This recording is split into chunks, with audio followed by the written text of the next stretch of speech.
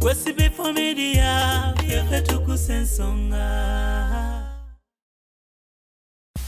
Thundering is a nonsense. Omugati mbadde ngukozesezza just to bring you a ring. Diamond ring. N'ebisumuzo by'emmotoka eyo empya gye nkugulidde eri wabweru. Sinikira muli abinnyo wakali abeewa. Bwekigamba kusaaga kikolako ddi ewamwe bebi mbadde ensaaga. Nyoko! Nyo what? Nyo? Masindika kyali nnyo. Hey, baby, let me see it. Hey, get back.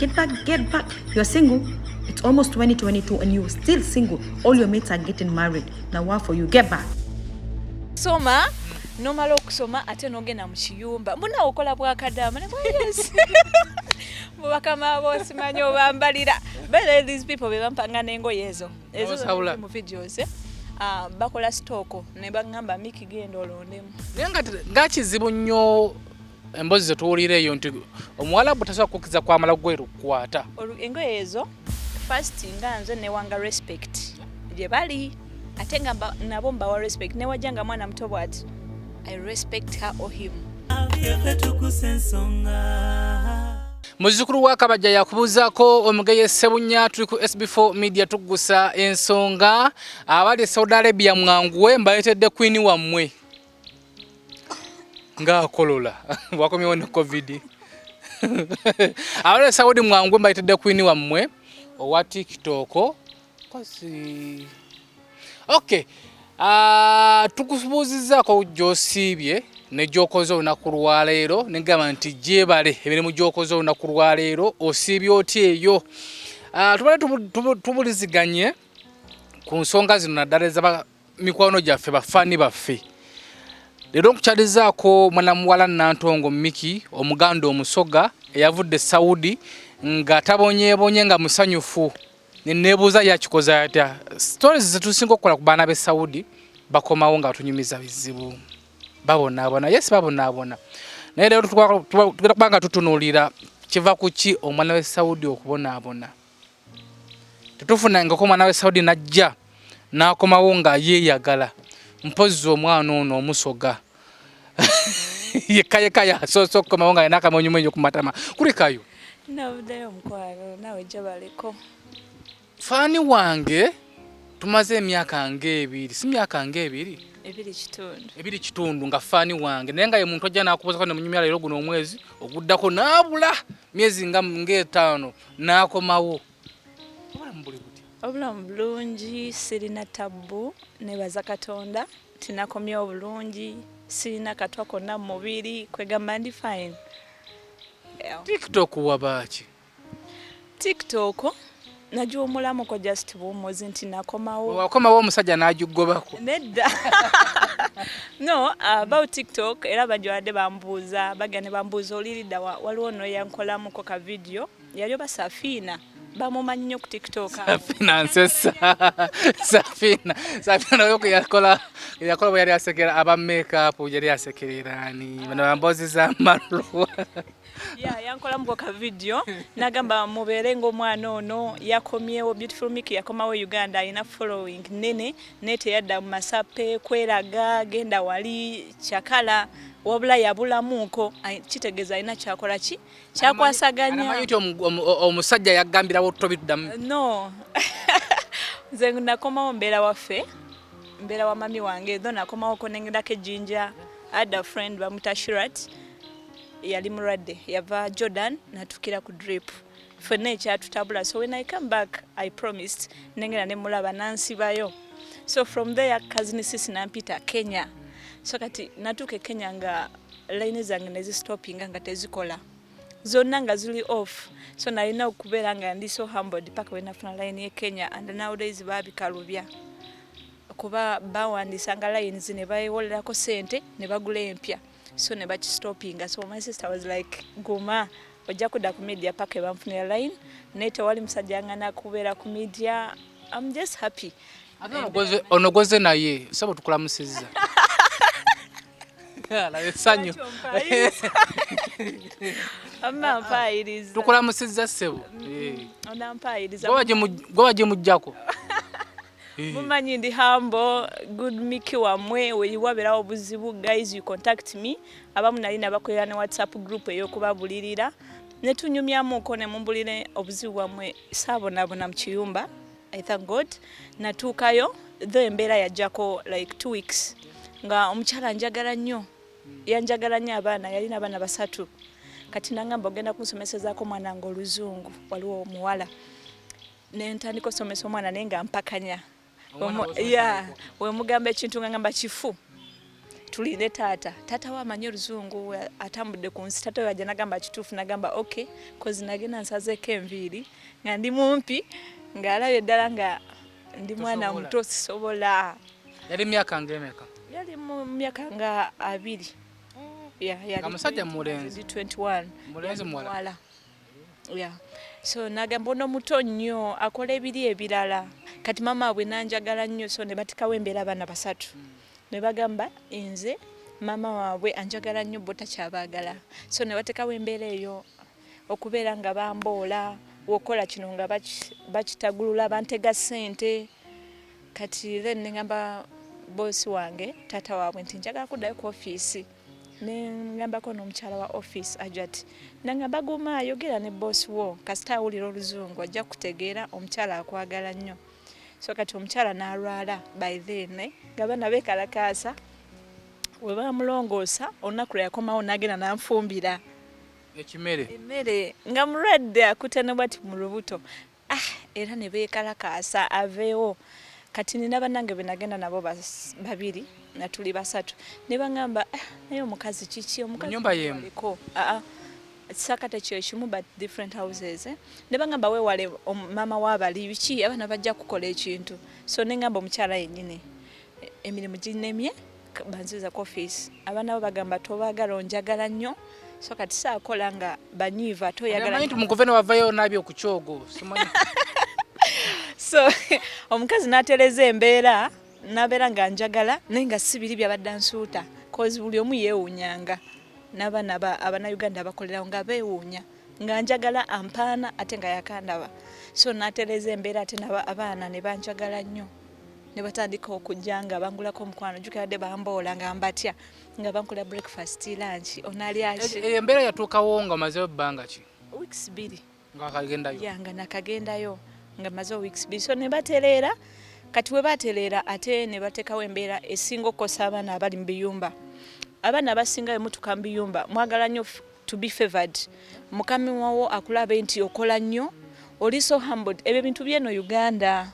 nti ngenda keera SB4 nkufukamirira gamba mwana alina empisa naye wokikola eri kiri alarm kibi okufukamira yes ofukamira baawe nti omwegwanyiza olina fukamira musajjawo ye alina ofukamira tumeza amalala oba tukozesa ensobi no sikola nsobi that's why abamu baagala nnyo okubeera nti ntuuse mbeere bulungi mbeere nga ndi so humbled ne bangamba linnya waggulu nkwata eddaala ate oluusi nga abamu bagenda kimanyi ali wiiki so otuuka mu nyumba y'omuwalabu tokola mpisa mbi tobeera solo chafu just be down to earth omwezi ogusooka naye bamanyize nti ekisooka oli mukozi eyeetuma kozi abasinga mwagala nnyo batuma nogamba awo sigenda siimulawo wanajja n'ataŋŋamba nga ndoojingawo kati ye ekitwala nti toyagala kola ki toyagala kola ate oluusi wajja n'akulagira wakooye dda ogamba antama naye ng'oluusi ne Uganda wano bangi abagagga abalina abakozi abasobola obayisa even mu mbeera eri so bad so omuwala bye mutwagala omanya nti we mugamba kanyiiga kyakola agenda kuba essimu buli omu amugambe nga bafumanyola nga bakola ekikunyiiza oveeko yeyagala kulaba ng'oli taafu but what you have to do guys kyenyinza obagamba nti wotuuka mu nyumba y'omuwala bomanya nti siri wa maama siri wa taata mbeera ng'omwana wetwale nga mulekwa yes nti ndi mu nsi gye siinamu gwe ngenda kabira nti wano wannuma wano wansi wawadde okwekoza nti ankwatewo wabula keep those friends mbolaba nga omugamba nti wano wannuma tagenda kudda ku WhatsApp groups akutambuze wabula agenda kugamba do this abantu abasinga mufuna emikwano when you reach there nobeera nga gwe wagenda ne tachiyo oyagala olaga mukamawo nti akwadde wifi oli wakabi kyolaga ku media ngoze ekyali kusanyusiza oyagala okirage ne mu nnyumba y'omuwalabu bali tebakuzaala so kati wankusaliramu ekirimi Miki nti tubalaba nnyo ku gundi mbadde nga nkufollowinga before nga tonabulamu ku TikTok okwo obudde bwo obujjawa gwe yagenda okukola. Okay, wow, that's good. Obudde bwange kyekyo kyembadde era ndiko almost nti wotuuka mu nyumba y'omuwalabu bwoti soko kakane omanye okola otya kuba akulagira first day kino nkikola bwe nti wanolongosaawo kyeteekemu nti emirimu gino gyange sina neighbor gwe ngenda kubira sister wange waali yebase sijja koza bintu ajja kubyoza nga biddugala no manya nti engoye zizo okusimula kuko so nze kyenakola nga nze ne bali okubeera nga tebambeerako nnyo nazukukanga nenkola bye nina okukola nga nze ne neetuma nga ne waba tangambye nti ekisenge ekyo kyoze nkyoza kati ye agenda ozukukanga nkyozezza n'amanya nti ekyokola nkikola ki nkimanyi sawa ey'okulya abaana basinga mutya nnyo stories zino tuziwulira n'abasinga baziteka nnyo mu bwongo naye tosobola buukira mu kituli kya munno osobola ofuna wantu nga walungi negwe nogendera ku story ya gundi okitegeera nti yanyumya sirya ndira muto oyinziba bubbi noyagala okitandike tokitandika nga embeera tebannagiteekawo so nze kyenakola ya jebiri kyenakolanga weba sawa na timing nti sawa nyamba ndya nga ne wabajja seekanga nsigala ndya wemala okulya netandika okukolanga ndi so busy nemanya nti sawa musanvu ndya nentuula kozi yali anfumbira saafumbako nga ntuula chansi gye wafuna nti wagwa ku muntu ategeera ng'akwagala yeah but still webanga some people bajagamba nti twefumbira nze nfumba sawa y'okulyalya bakimanyi nti olina okulya wamala okulya totuula tobeera ku simu tukola ensobi nobeera nga ogenze mu lunch oba breakfast oli ku simu oli koza bintu abaana bangi babeerako ku WhatsApp group omuwulira ayogera enakuba essowaani ayasiza ekikopo ali mu flaska no creatingawo time nze esimu yange nagirekanga mu luumu era nga tebayinza kundabako na simu outside my room ngesigala mu room nti obudde bwe ngenda mu room that is my time. Yes era nga nkera nenkola sawa y'okulya n'endya olweggulo nenfumulanga buli kimu nkikoze nengenda mu room wemberera ku simu ne wifi yaabwe nera newe sitagisangako nga nsirika sibalumba sitekawo mbeera nnyige ntekeko face kuba baba beebuuza why wajja kola oli muddu yakugula abantu bano batuyisa bubi kuba baatugula bano abantu batugula ku offices sente ze bakutwalira Katemba ali awo waliwo gesitegeera nti oveno nga bakuguze ddaba omuwalabu oveno bino bibagamba agenda ku office negamba leta emitwalo 4 bali abantu aba bakuguze na sente nga 3 ku 3 kitundu ogenda obakolere era bwe balaba ekifaananyi wenaga njagala ono office yeli ne connecting oweno ne ba connecting naga twagala ono bamusasula offices ezo bazisasula sente abanalaba video eno abakola ku offices ezo zitwala banebweru mumanyi kyenjogerako babasasula sente miliyoni 3 ku miliyoni 3 kitundu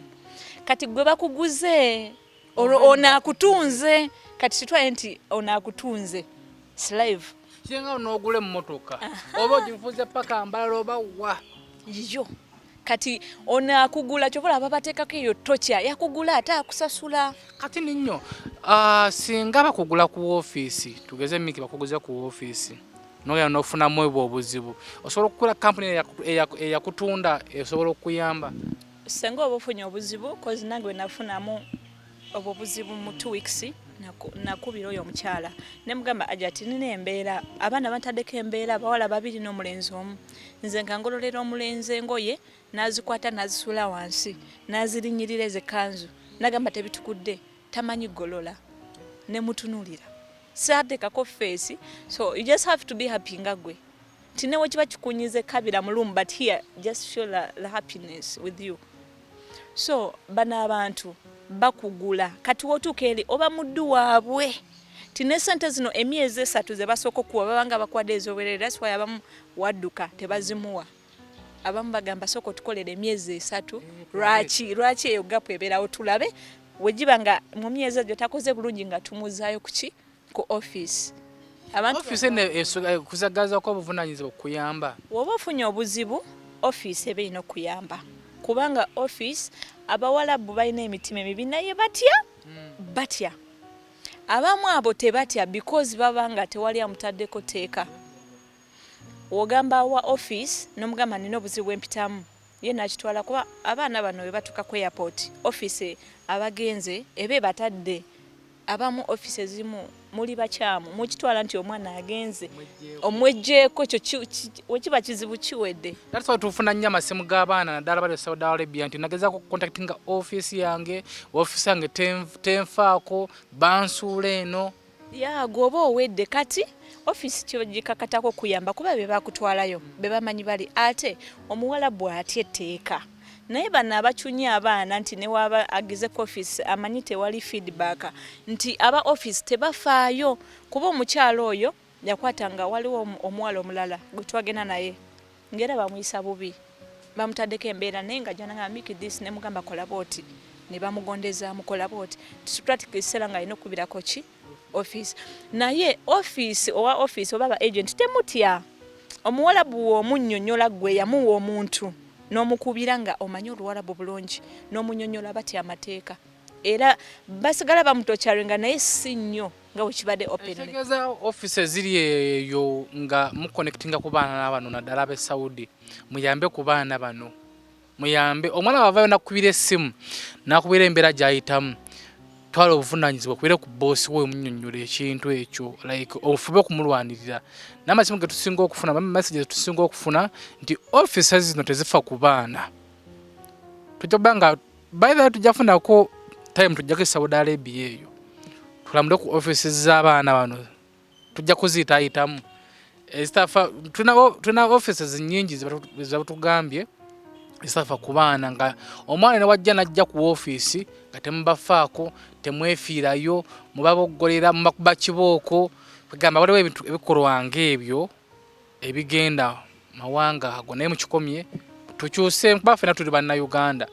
omwana gw'otunze munnayuganda omwana akabira munnayuganda ate gwe olina otereeza obulamu bwe bw'obanga just okwefiza airtime oba wanusu 10 n'okubire omuntu oyo esimu eyo gy'ogenda okuba egenda okutasula mu bw'omuntu oyo kikole okay gwe ng'ovuddeko embeera eyo yaliwo okikoze otukubanga okomyewo ng'oli musanyufu. First nze ndi muntu musanyufu era abansenga bakimbuza nyobera nnyo mu videos zizo noseka ngugamba wali wani azikukwata nengamba omu njagala nnyo okwowa essanyu abaana abasinga abali ababonabona just not oli weka abamu obololooza abalala bali bulungi gwoli obubi abaana babonabona SB4 abaana baba rapinga abaana babajjako ebisumuluzo lwakuba when they bring these complaints to these agents tebafaayo nenga tekintu kitono nnyo connect nga n'oli omugambe omwana ali mu kiyumba bwe kiti kyogereko oli lwakuba kati bakola amagezi ba agent be Uganda ezo mpisa mbi offices ezakikola bagenda mu offices zaabwe basamu abaana bana Uganda ab'emitima emibi kati abaana ne batuka oba ku office oba complaininze nga omuna Uganda oyo mwana aliwo nga gamba alimba yekoza nga balyoka bamukuba toyagala kola nengo oluusi bamenyeka. So kati offices ekintu kyemwakola kibi nnyo aba baana bana Uganda abefudero kyafu yona gye muli you can see this video mpisa mbi nti nawe ogenda tuuka ne wona fango gamba sida Uganda nga ndi mulamu still omulambo gwe bajja kuleta Uganda. So kyemukola kibi yamba omwana omutusooka omuyambe cause ne wabasaze magezi nti ndi mulwadde ayina something behind yogerako naye ekyo kyekyandeetera okubeera nga nzigulawo na Facebook page nga njogera n'abaana abo cause I had a girl yajja nangamba Miki nina obuzibu nina wano omanyo abaana b'abawalabu ne waba myaka 4 baby gwe 12 gwe mukulu era bakusanga naye oba biki oba omwenya bagamba gwe oyo nonooli. That's why sanga naye gwe bamulepinze that's why baba kuba nti obadde obakute n'omusajja biki n'omuwalabu omusajja etaza bikoze nga ndise kadama mulenzi n'osanga omugwala nga myaka 3 oba olina omunaaza ono baby oli oli abeera baby. That's why bagamba abasajja babwe nti abaana bana Uganda be baba seducinga nti yo oli muto talina bwongo bugenda kulaba simanyi buti ya Miki simanyi ki gwe Miki go amuseducinze okitegeera so kyenyizo gamba abaana nti mwebereremu woba ofunye obuzibu ng'obwo nze egaro kem nangamba Miki yali amfollowinga nnyo ku TikTok nanjagala nnyo nangamba Miki nina obuzibu omusajja myaka 4 ayagala kundepinga ngezezaako kiraga family banteekako embeera ne mugamba first abaana abasinga mwagala nnyo okulaga empisa za Uganda nga we nasoose olabe mukama wazukuse good morning wasuze otya no focus wefule busy nze ebintu bye nakolanga si kubanga nalina empisa embi cause nabo bakyogera they wanted even me to go back era badenga bansumbuwa nnyo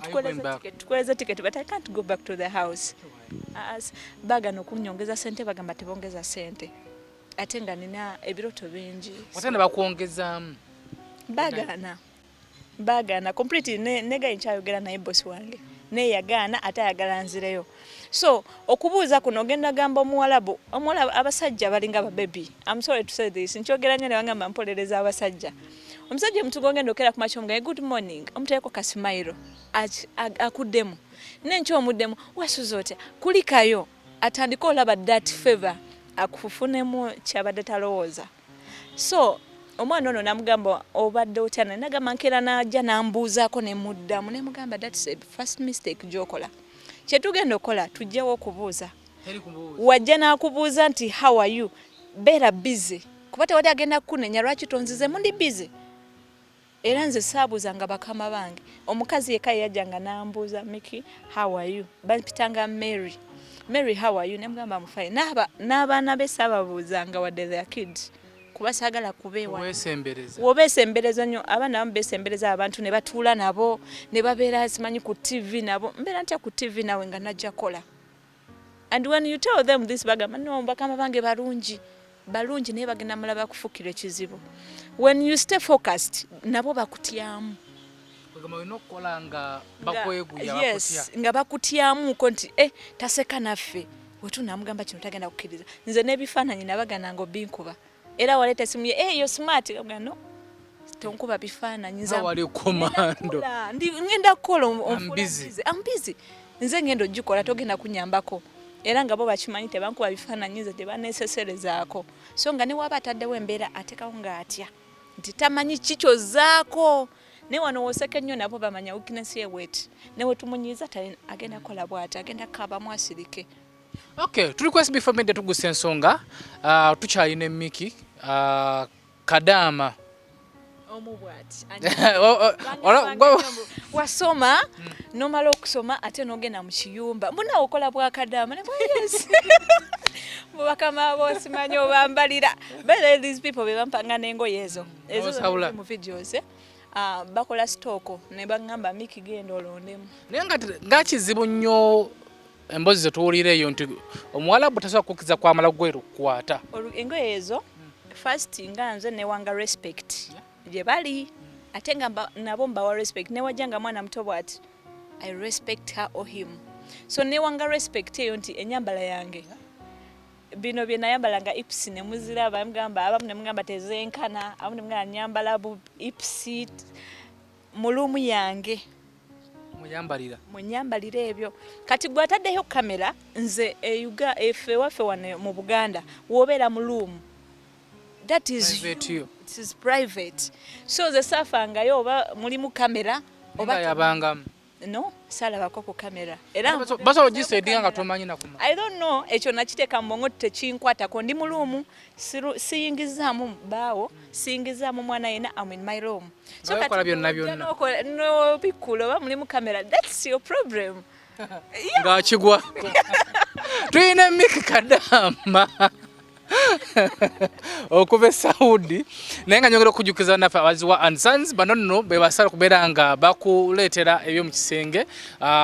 wetubagenda kubyera mu kisenge kale bikozesebwa mu kisenge omuli emifaliso bed covers duvet covers shurax towels n'ebirala ebiringanga ebyo era bakubeera ku kasimu ako akali ku screen yo bakola ne delivery labakana akalango katini nnyo then tukomewo. Are you interested in upgrading your sleeping and bathing experience? Then Ziwa & Sons is the right spot for you. We sell blankets, bed sheets, duvet, duvet covers, bed covers, mattress protectors, mosquito nets, wardrobe or closets, towels, bathrobes, pillows, traveling pillows, cushions, shoe rack, dyeing rack, and ironing boards. Buy all your favorite products online with comfort from your office and workplace, home, hostel at a go from our website www.ziwaansons.com and have it delivered to your doorstep. Call us on 0705 364 749. Ziwa and Sons, where comfort and luxury is a pleasure. Okay, ndowooza kalanga ku kalabye, so bakubireko bannaffe abaziwa tojja kubeera nga wejjusa naye nkujjukiza ne bannaffe aba Kiralioni, mami Kiralioni nkutumiddeko nnyo mami Fat nzija. Mami Fat nzija diru yaffe gye twagerako kwali eri enkyagiriko era ne san.ug kyali wange nkutumiddeko nnyo awo ku TikTok omumanyi san.ug. Gonna mfollowingeko wandika sun.ug wakabi nina gwe nalabyeko recent yesterday nabade ku live ninga yalove kulinnya eryo bwetyo nenga kwadde kantu banye nga sikola ki oyo nga sibamanyi ye musajja akyusa ennyimba kugamba akwata oluyimba lwa Shiba n'oluyimba mu ebyo ate ne bijja ate ne binyuma nenga sun.ug nkutumiddeko nnyo kyali wange tujja nzija ne mama twatesa dero yaffe manye kasatu tese ekintu ne tuyingizawo program sala kuva ku program mpozi ngaliwo ensonga ennene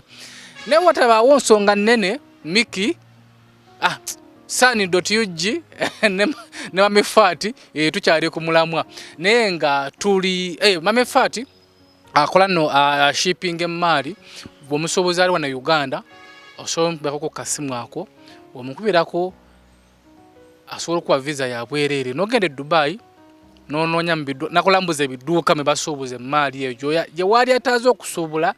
ate n'amala n'agikutikkira ku lyato oba ku nnyonyi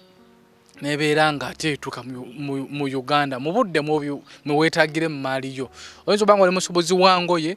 akusuubulira engoye ezo, oyinza kuba nga tosobodde kugendayo ate eri Dubai omuweereza buweereza akasente n'akusuubulira emmaali eyo n'agitikka n'ekutuukako wo ku mulyango. Mwekwate tojja kubeera nga wejjusa. Tulina Miki nga tuvuddeko eyo yonayo bye tubyogedde twogere kasente kano.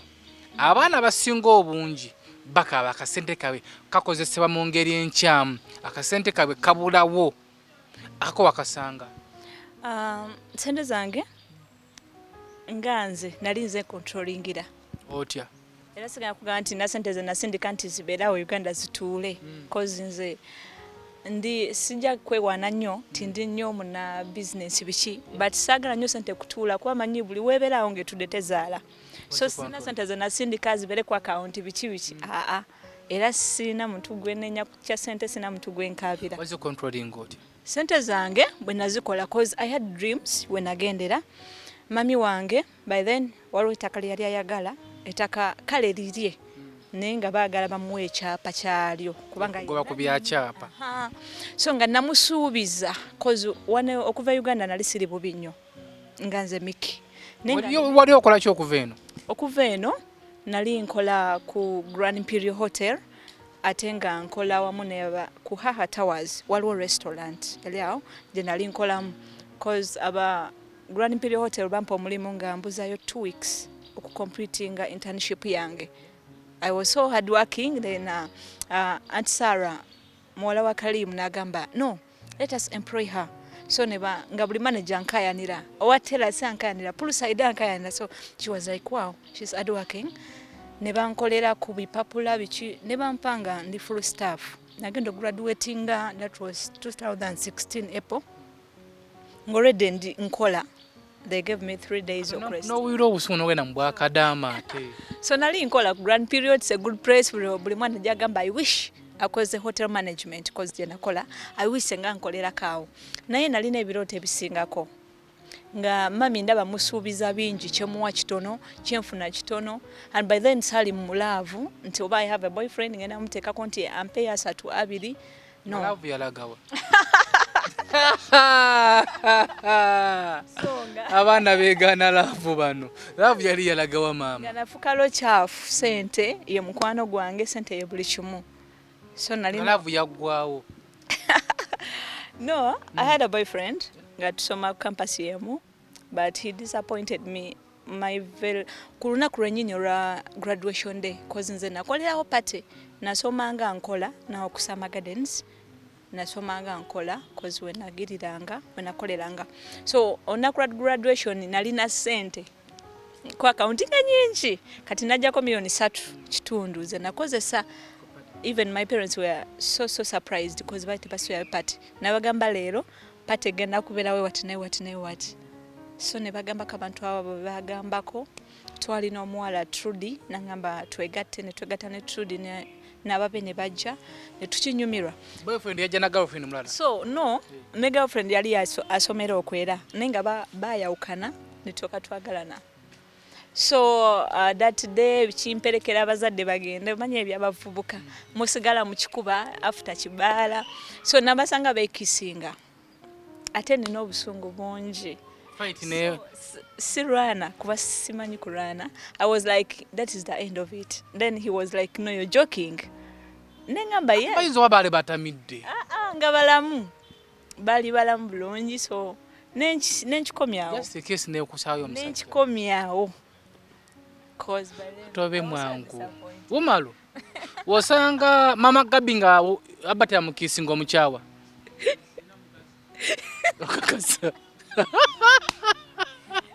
nyabo Wooma tolina mukazi toli mufumbo layira nedini y'obusiraamu oli musiraamu? No siri musiraamu. Layira Wooma mu linnya lya Allah subhanahu wa ta'ala layira nyabo mama Gabi nkutumiddeko nnyo tukwagala nnyo. Gabi ali atya? Ali bulungi? Ndowooza woba olaba omukulu wataddanga waka budde bw'ekiro bye tubeeramu eno era yaggambirawo nti takulina kino kyo nkyogera kuba nnina omukyala waka tojjaako nkyogera kuba nnina omukyala waka kiruma nga woobeera eno omwegaana naye owange simwegaana. Mama nkutumiddeko nnyo mukyala wange omulungi, mama nkutumiddeko nnyo nkwagala nnyo, leka abeegaana bakazi baabwe babeegaane.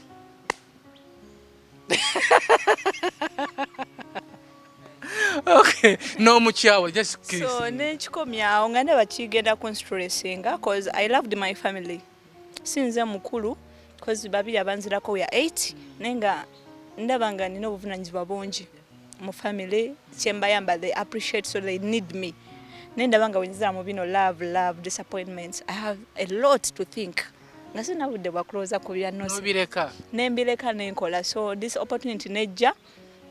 omukyalo yo ajati waliwo mikwano janga we Kireka. I used to stay in Kireka. Antu bo mu Kireka basinga bamanyi. Nera kwa bamanyi ng'omuntu wa malala yeraga atenga sichendi. So mwana yangamba Miki you can work. Only so strong. Can connecting ku ajati nina na connections. Do you have a passport? Nemgamba yeah cause nze nakuba passport yange after school. Nembera nayo ngamba kebere cause I have dreams okuva Uganda. Though sayagala kugenda mu nsi z'abawalabu because I had friends abenjawulo UK, London, Sweden. So nga nina hope nti one day nsobola okwogera naye ne mutuuza ne mumatiza nantwala. So ate we nagenda neno chance eriwo nali maze okusubmittinga my papers ate kati ono we London nangamba Miki do you have a passport? I was like wow. Nabiwadde omukazi. Be cancelling. So obongo botechanzijira ningamba I'm sorry maybe next time. Samugamba nti nina gye nabitadde. Ne bakikolako nengenda. So when natuka emyezi gyasokena I had to clear my mother's land okubanga ndi saving a bit happy because wabanga musanyufu mba happy. Was it successful? Yeah. Etakalirina buli kimu kiri okay and she's fine. Emyezi ejaddako I had dreams nayagalanga nnyo okubeerawo nga Miki newe mba nfunye musajja nga mugagga nenga nina ekyange wasona muteka mu nyumba nga nemba simuwasiza naye nga ninako ekyange nti kino ntuyoza Miki. So nenfunaawo nengulayo ettaka nagula ettaka cause nina ettaka lya mirundi 3 erisooka teriri mu kintu kyonna eriddako nalisibako mulimu ennyumba yali tenagwa then eddala lirimu gundi nazimbawo maduuka ndi corporate just kati mugundi mu myaka gino 2 ekitundu. Yes, so I just thank God nti nze simanyi kumanya. That's why I just smile. No, kyolina osooka okwebaza ye Mukama kubanga tubalabe bangi abaziweereza bakuweramu ebintu ng'ebyo ne ziriibwa. Ojja chance gye wafuna nti omuntu gwe waziweereza yakukolerako. Nafuna chance nti nalina account mu DFCU ye nalinga nkozesa before nga gye nteka sente since ku campus. Naye account eno natuuka nga njagala bewaka bakozese ku sente eziriyo ne baŋŋamba ATM tetugiraba wotugamba wagiteeka teriiwo neŋŋamba mpedde ate nga paka nakati si following nga sente ezo kati nenjiraba nga kigenda kalubiriza ne mbagamba it's alright. So nebaza taata wange omulungi dade wange yanjagala ate nabeera so trusting. Namusindikira nga sente naŋŋamba leero kiki ne mugamba muzeeyo manyi tuzigulemu akataka. Lero chi nakagula lero chi muzeyi tugule ettaka eryokubiri naliteekawo though waddenga anansonyiwa ene plot erimu ennyumba tagimanyi. Tata tutenayo plot erimu ennyumba no jumula ate ne future husband jangu ngosha future husband jangu ngokimanyi twaliwo plot erimu ennyumba waliwo erimu amaduuka waliwo netali mu kintu nakimu. So bwento we nakola ebintu byange nenga manewo nzira Uganda nga sina wadde 10 naye nga ninawo 9 banti bloka yiyo byo wabirambuddeko. Nakomawo nembirambulako nga biri okay era nagenda ne muzeeyi n'ennyumba nengezaako okwongerako cause by then zali rooms nyaddabo. Muzeeyi nangamba no tumaleyo akataka tukamaleyo wali twongereko eyokutaano so zili rooms 10 nene nnyo kati mbulawo just waggulu kuteekako mitayimbwa wenkyali. So I thank my dad webale nnyo kuba mwesigwa mami wange naye yali mwesigwa cause mami womugamba mami sente zino zikwate dada oyate amanyi okutereka talina buzibu zogenda muzenvi waba nazo nange nze mba nazo and they are happy. Nali nakagenda still after emyezi 4 sente naziwaayo ewa mami namala ebibye emyezi ejaddako 2 sente nenziwa sister wange cause yalina dream y'okufuluma nengamba kamuteekemu buli kimu nengamba sente njazikudiza nemukagwa omanyi naye nafuluma oba ozimpa oba tozimpa nafuluma ali Saudi Arabia though ali mu city ndala akola era ali fine nga mulondoola okulaba nga ali okay. So bwento wenagira sente zange kino kyayogeredde kitegeeza nti atwala abantu ebweru bajja kujja kukontaktinga no straight away and when I came back nalina mikwano jange so media basinga bali bantegedde ngeno outside bamanyi ne media yategera Miki beautiful Miki nantongo Miki kubanga mbeerako nemba advising amoko so bantegera nnyo abana ba media nga bajja ne bangamba Miki this problem yomwala omugwe nadde nkunyumiza wali nga ngamba Miki bagenda nimuga tukolebwe ebintu byonna bye namuwa advice nagikozesa era gaitwa mukwata ne family ye yajja ngaze mulumi omurepinga nakola kye nali mugambye nti totya tosirika toteekako ttaala kubira ndulu munzikiza. By the time wagenda ganta adduke ababalabu babeera buli woyingira mu luumu yo manya waliwo ali ku nsonda nga mwalabu abaana kibatamanyi n'essimu kati n'ekirala kyonna bazuulamu nti we tubeera ku simu nga tupulani nga dadi ngulira ettaka abaana basinga bakola mistake kale tebamanyi. But let me tell you guys, buli wobeera ng'osabye mwalabu essimu nti mpa ku ssimu yo nkubire family yange bagenda recordinga bagisigaze ogenda bagamba ki mwalabu tayagala kulaba nga weezimba kitegeeza anytime omuleka watete bagala balekawo so record zezo basigaza ne baziza mu Luwalabu ne baziwuliriza. Baba bena kikola batya nze ngamba wobanga obadde nga toli bubi nnyo ngolaba toli bubi hold it work tosaba mwalabu simu okuleka ng'ogenda babuzaako but your secrets tozaabya yes so point we nakola nenkomawo wano we nakomawo nga media eninze abaana Miki oli wanjagala kulabako abagala olaba ips zikomawo abya myezi ebiri nenziruka nokola interview eno nga yakatuuka Miki yabula nabula olw'ensonga ez'enjawulo Miki buli wentula bwenti ne wano wetuli naawe I'm thinking of something else mbela buli kasa mba ndowooza that's why obwongo bwange sagala busaamu nnyo stress kintu newe kinyiga nenkabamu nenkize bali nendowooza njagala nnyo okukulaakulana nganze byonna bikoze okulaakulanye abazadde basanyufu ku lwekyo kyoli naye sometimes amuzadde addawo n'atandika okwemulugunya nga kiwala kyange kino nga tatuleetera muntu munne ensonga eyo girowoozaako ki kabaka taata tasobola kikugamba oba maama nze bantumye nkwogerere mboogerere ensonga eyo bazadde bange bamanyi nnyo ate banjagala nnyo ate mbabulirako nnyo ekiseera ebisinga gye mba ndowooza so ekyo ekintu kibeerawo mu bazadde bonna neoba ekyo baitha kibeerawo nga wakasuna n'amabeere nga bala tewali gwe balaba ku nsonda tewali akuyiribya nga omwana loosi nga omwana twazala loosi tewali atulumya ku mutwe nti mutabani wa gundi yamukwana ekitegeera so nze nagamba mami wange kuba manye ndowooza bagirina first of all nabagamba nina omuntu wange nga nze mulina omuntu gyali gyali omuntu wange gyali anjagala nnyo nange mwagala nnyo though ali wano ali eri sikireeta nnyo ku platform nti mukuba abantu ali wano ali eri SB4 no kiri bwe kiri manyi lwaki nkikubuuzizza munnange bagamba omuntu akuli ewala tulina mwesiga nnyo ayinza okudda n'akwekako kumala emyezi ng'ebiri nga tomulabyeko ogenda okola ku social media nga ndikuyalinga mukolo gwe nga yakoze okukyala olaba ofiirawo wagundi pressure no siyinza kufa that's why I advise my dears abali eyo kati ku point gyoyogeddeko olina gayi ali bweru ali Uganda oliwa temuli wamwe mwagale naye tomukuba nsi okuba abantu nina omusajja buli omu alina omusajja tewali n'abantu abagamba nti amusingo ne baba musajja n'aba mukazi alina someone behind oyo gwata nalaga nsi so kati gwe do your things kitegeza no wange ndekera omulwa gensi no owo you guys you are taniko posting anti ndi single baba malu yansinze akampya igwe wakola emikoro gy'ensi yonna negiraba kitegeza mwenga mu ababiri mwayagala kikuba ki ensi naye omuntu ono waba akyali eri nga tannajambaza debo tulekera okukola mistake cause nze omuntu gwe nina either oba ali wano bataliwo naye nsigala ndi strong nganze omuntu tinewankera ku makya naye ndaba nga ampadde kadi nti jangu ngenda kuwasa tankubanga ku nsi nti nze byamwemweka biri byaffe tayagadde kireeta eno so alina okumuvinga on n'obulamu bwe nange ne muvinga on maybe that is not my chance to get him so bazadde bange bakimanyi nti ebintu byonna byenkola ennyumba erina okuggwa n'eri endala nino gimala gye batamanyi poloti eri nagikubirirako plan nti ngenda teekawo emizigo so bakimanyi nti I still have a long way to go.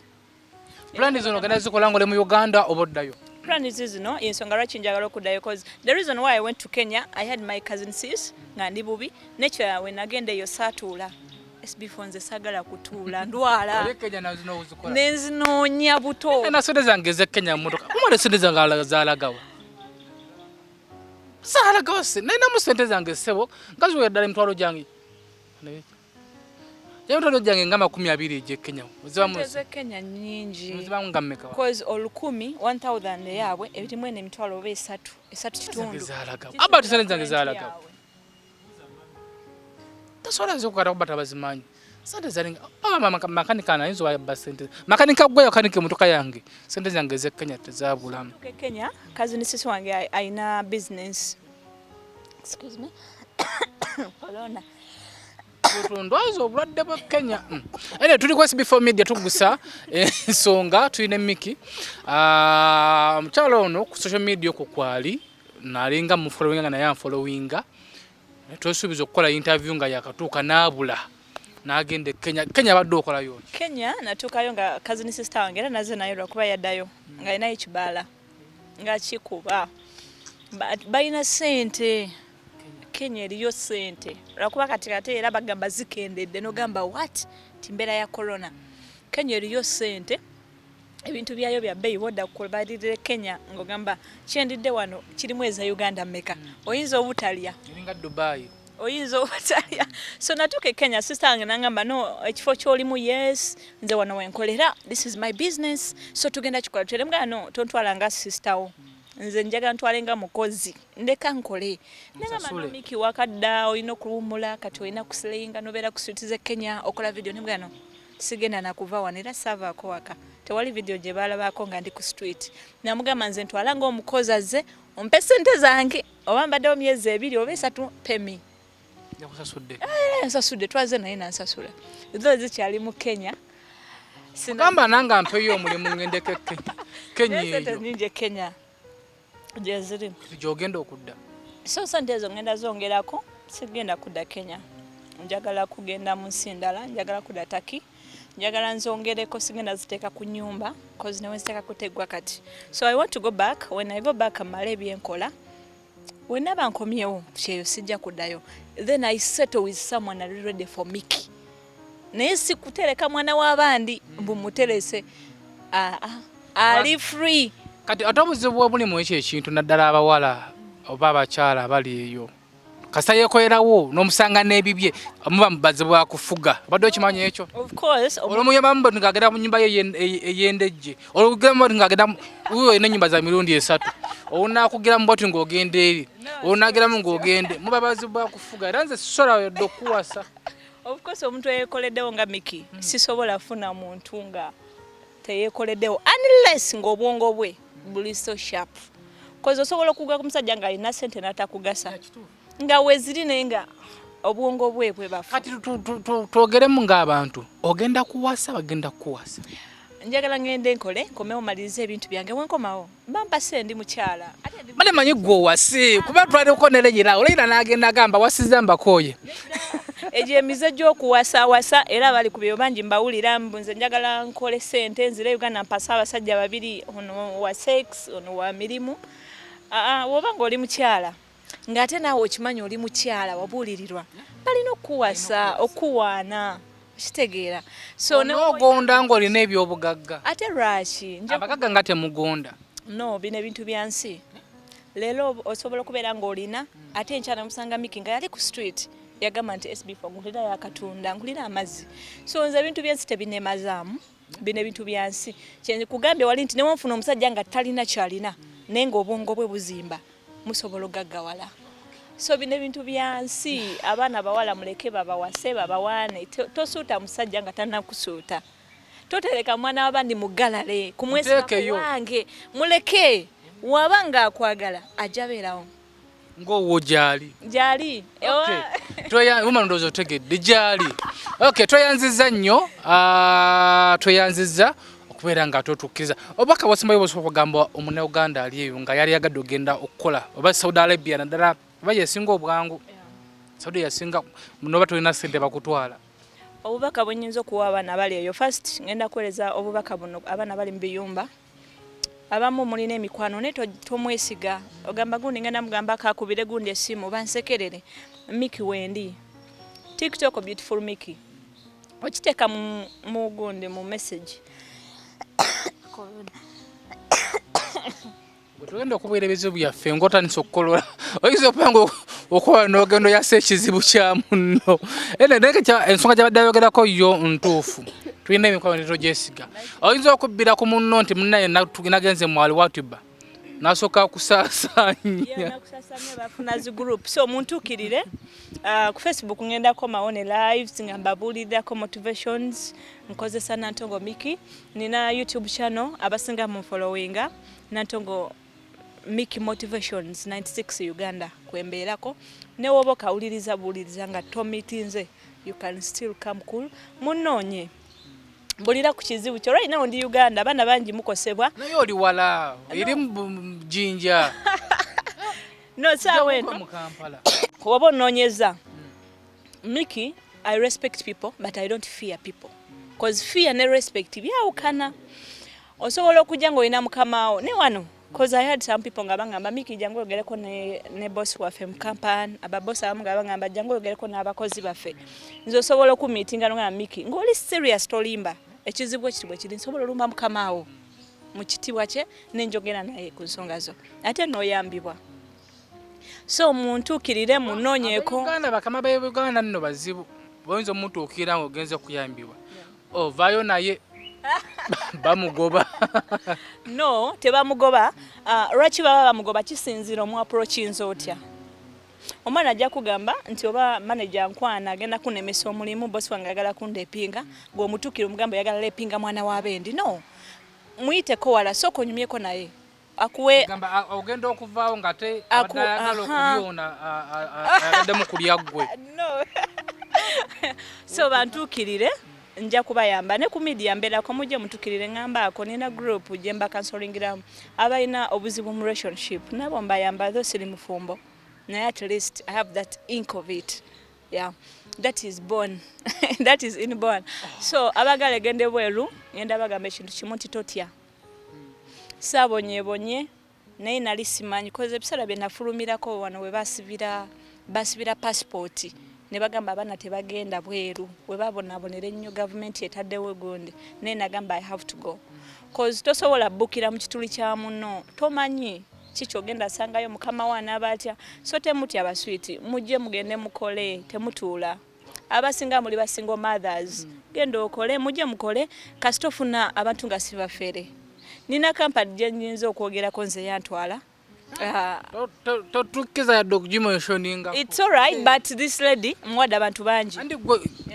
mufuna oyinza okufunamu chance naye takoyisa bubi naye bwe ziba tufunye mu kampuni zino muganda wange bangi abayambye yeah kozi bangi era bantukidde n'abamu obetwaje nabagamba miki ntya ajati ne mugamba no mugambe nagamba mutya ne mugamba no tugende fena tumugambe ne tumulumba olina ateka message nange nentekayo bangi abana abayambye tujja tumwesigaliza so mufune companies enungi company gyofunye just no baba kututeebwera abana abagenda company ekutadde tojiteekako nnyo mugugu ogenda mukabira leero emmere luli chai agenda kwetamwa that's why baba suula abana abamu bakaaba nenga ataali bulungi abambakabya kajanja ngali bulungi nakaba tekewe embera batiisa abali eno abana abamu tebalina mitima jagaliza atekawe embera otiisa ali Uganda tagenda nenga agenda okaba ngo okutwaka eno Uganda nga yazimba nakalina nenga ataali bulungi so kyenyiza bagamba baswiti mujje mukole omukyala akola omukyala awooma tukaddemu ako omukyala akola ye mukyala awooma nti ne munno ogenda muwoomera nga amanyi ogenda kera kumacha onaabe oyambale ng'olina wolaga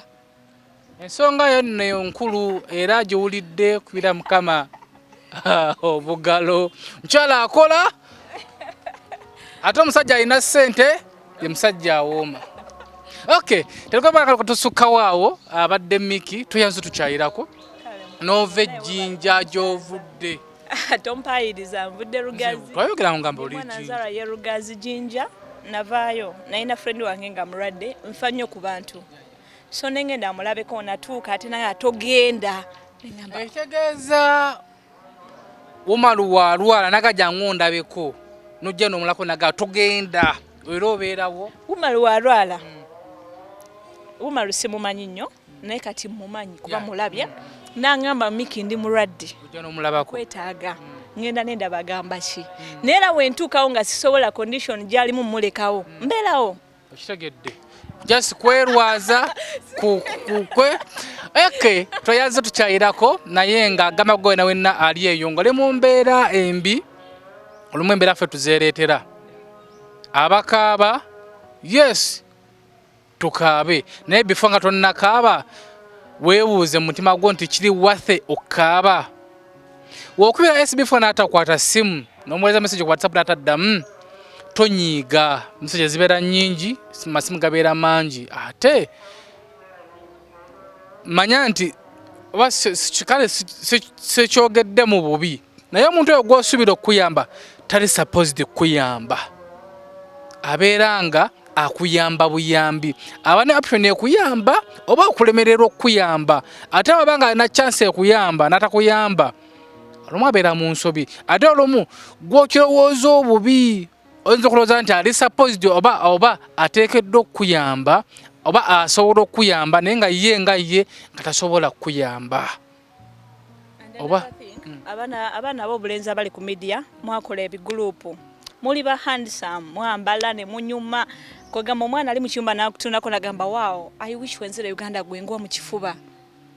kubanga baba mu biyumba nga bali so desperate bw'obaddeyo nga ogamba ani gwe weegomba okugwa mu kifuba yendowooza y'abaana kozi nze mbaddeko mu kiyumba obanga toli so focused ku kulowooza nnyo kwekulaakulanya olowooza ebintu bingi kati abamu babatadde nnyo mu relationship abaana bali okwo ku media bakoze ebigurupu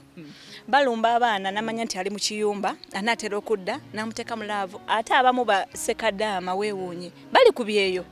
namanya nti anaatera okomawo akomewo balye ku zoono kati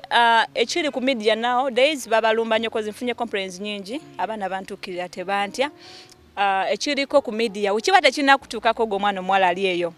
beera ready for it woba olina omuntu godatinga either ali bweru sekadaama oba tali bweru bali Uganda balina engombo gye bakola ennaku zino ajja n'agamba omwana ngenda kukolera business noonya ekifo wadde toli Uganda funa gw'omanya anoonya ekifo we bamala n'amuteekamu miliyoni nzinga 4 ku 3 business nebeerawo kuba mugamba tutandike nakatono business webeerawo wayitawo emyezi nga gijo ng'akaaba ekizibu kya miliyoni 18 wallahi SB4 togera kuŋŋamba nti ogenda kumma omuntu oyo sente ng'abadde ng'akwagala tomulabangako ne business agikuteereddewo obagudde mu katego so bababidde nnyo mweye embeera ennaku zino n'abasinga mutuuka wano n'olaga boyfriend kikyolina boyfriend obadde tomumanyi wa media lw'omukyazizza oba lw'obadde naye wiki gy'obadde nayo ne bakusitula ne bakubba n'ogamba bannanga ababbi b'e Uganda baawo ye mubbi guys I'm telling you this mujja kuseka mujja gamba weyogeza bino ebintu gye biri e Uganda bababanya babakakomawo yakakoma wakyazizza boyfriend kazi oke kapangisiza meeting atamumanyi nnyo mu muzigo gwe gwapangisiza oba mu nnyumba zaabwe abamu ze bazimbye ne bababba ne babeera nakwetera naye n'akaaba batubbye biki naye ng'ebintu abirina era bamala ne babitunda so ye gundi ennaku zino tricks ze bakozesa so mwegendereza abagwa mu love za media eri entuufu but just be careful eyo yaki nze omuntu owange gwe nina nagenda ogenda ku kyeyolede nga wali nenga simusangawo n'omusanga kozi nina ebirooto sokoleke wagenda ku kyalo nga kuyeyo nga waali n'omalayo ebiri kitundu n'okomawo ngera n'omusangawo yange era naliwo nga era mulaga siri mu love naye wadde yakyagala so gwe kiri gy'oli okugenda oba okusigala kyoyagala kikuseeza kati akyali era waali ate enzirayo ku kyeyo era ojja musangawo simanyi we simusangawo that's okay we musangawo that's all right I thank God amma emboozi eno londamu ebituufu byatunyumiriza byolabamu nga bimu atulimba tobitwala kati nga yesembyeyo otulimba sharing nga katambi kano like nga nze muzukulu wa Kabajja omugeye Sebunya Wooma no akoze kamera nga bulijjo bera bulungi weraba